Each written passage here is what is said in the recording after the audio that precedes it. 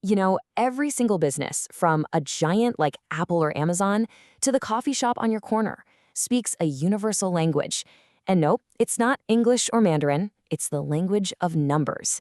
It's called financial reporting, and today we're going to learn how to speak it.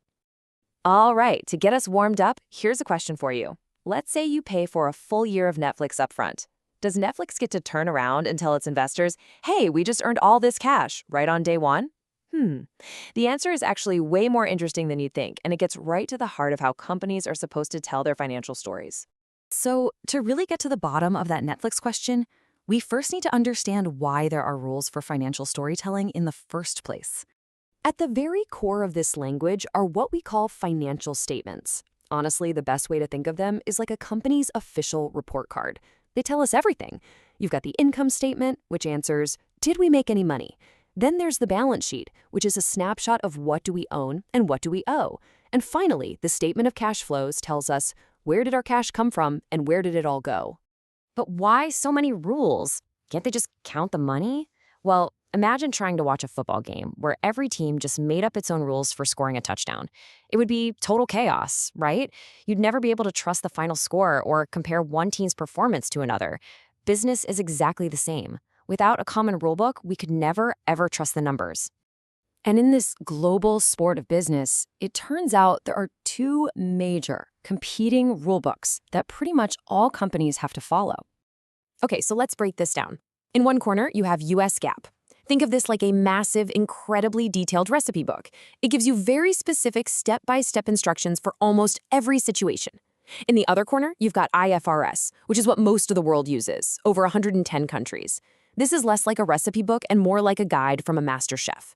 It gives you the core principles of good cooking and then trusts you, the professional accountant, to use your judgment to get it right. So who cares, right? Recipe book, chef's guide, what does that actually mean in the real world? Well, it means a lot. Take inventory, for example. The US recipe book, GAAP, allows for a method called LIFO, that's last in, first out. It basically assumes the last thing you bought is the first thing you sell. During times when prices are going up, this can make your profits look lower, which means, you guessed it, a smaller tax bill. But the International Chef's Guide, IFRS, says no way and prohibits it entirely. So if you're an investor trying to compare a US company to a German one, you're not comparing apples to apples. Their profits could look totally different just because they're playing by different rules. But here's the really cool part. For all their differences, these two rulebooks agree on one absolutely fundamental concept, and it's probably the most important idea in accounting, the huge difference between receiving money and actually earning it. Let me give you a quick scenario to make this crystal clear. Let's say you're a web designer.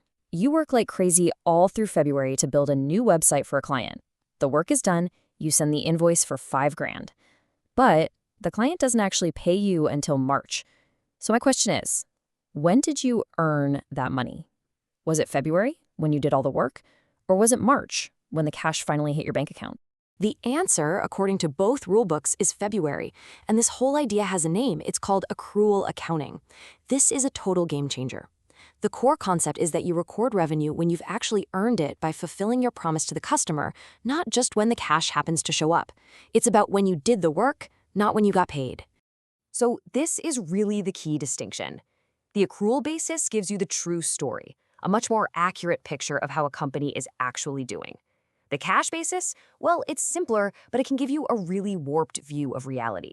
It's like checking the cash in your wallet and thinking you're broke, but completely forgetting that you have a big paycheck coming tomorrow and a credit card bill that's due. And this quote just nails the problem with the cash method. Imagine a software company sells a 5-year subscription and gets all the money on day one. With cash accounting, they'd show this massive, incredible profit in year one, and then for the next 4 years, it would look like their business completely fell off a cliff, even though they're still providing the service that whole time. See the distortion? Accrual accounting fixes this.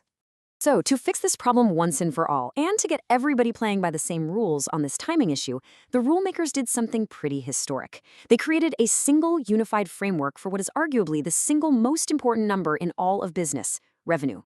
And here's the wild part. In a landmark move, the American recipe book, GAAP, and the Global Chef's Guide, IFRS, they actually came together and converged. They created the exact same 5-step model for recognizing revenue. I mean, this was a huge, huge step towards a truly global business language. So what is this brilliant master plan? Well, it's actually a pretty logical 5-step checklist. Step 1, is there a contract? Check. Step 2, what exactly did we promise to deliver? Accountants call these performance obligations. Step 3, how much are we getting paid? That's the transaction price.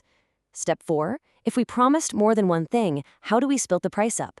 And then, the grand finale, Step 5. You only get to count the money when or as you deliver on each promise. Okay, enough with the theory. Let's make this real. How do companies that we all use every single day actually put these 5 steps into action? The whole game really hinges on Step 2, that fancy term, performance obligations.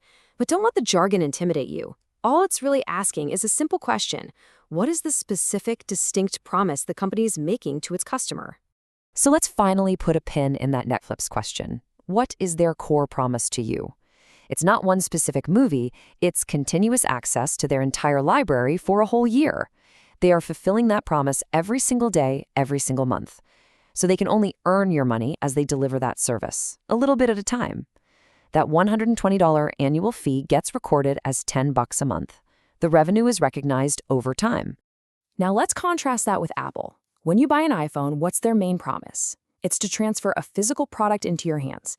The second you walk out of that store with the phone, their promise is fulfilled, obligation satisfied. So bam, Apple gets to recognize the full $999 in revenue right then and there at that single point in time. See the difference? Netflix, over time, Apple at a point in time. It all comes back to the nature of the promise.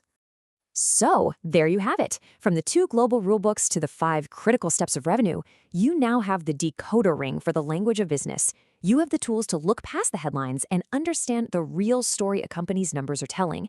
The only question is, what story will you uncover next?